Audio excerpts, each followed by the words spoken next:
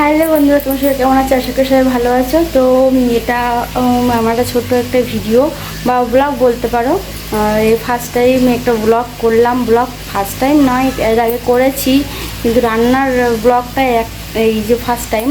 তো তোমরা হয়তো ভাবছো যে তুমি রান্না করবে, তাই এ আবার বলার কি আছে, সবার বাড়ি রান্না হয়, তো সবাই রান্নার ভিডিও দেয়, তো আমিও ইচ্ছা হলো আমারও, তাই জন্য আমিও একটা রান্নার ভিডিও আনলাম।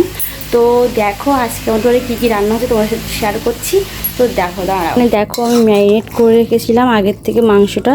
আমি এইভাবে রান্না করতে একটু আমার সুবিধা হয়, তাই জন্য করেছি। মাংস রান্না করি ওই আগের থেকে একটু মাখিয়ে রেখে দিই, ম্যারিনেট করে রেখে দিই।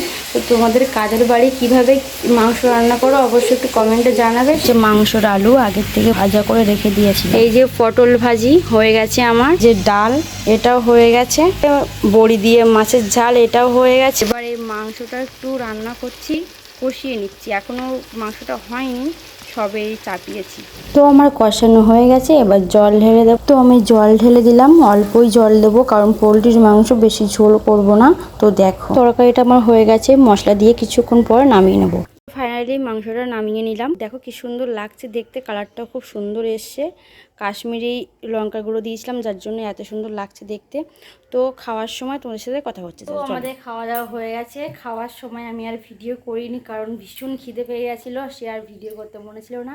তো তোমাদের ভিডিওটা কেমন লাগলো অবশ্যই like, comment, share and subscribe করে দিও। আর যারা ফেসবুক থেকে দেখছো অবশ্যই ফলো করে দিও। চলো বাই।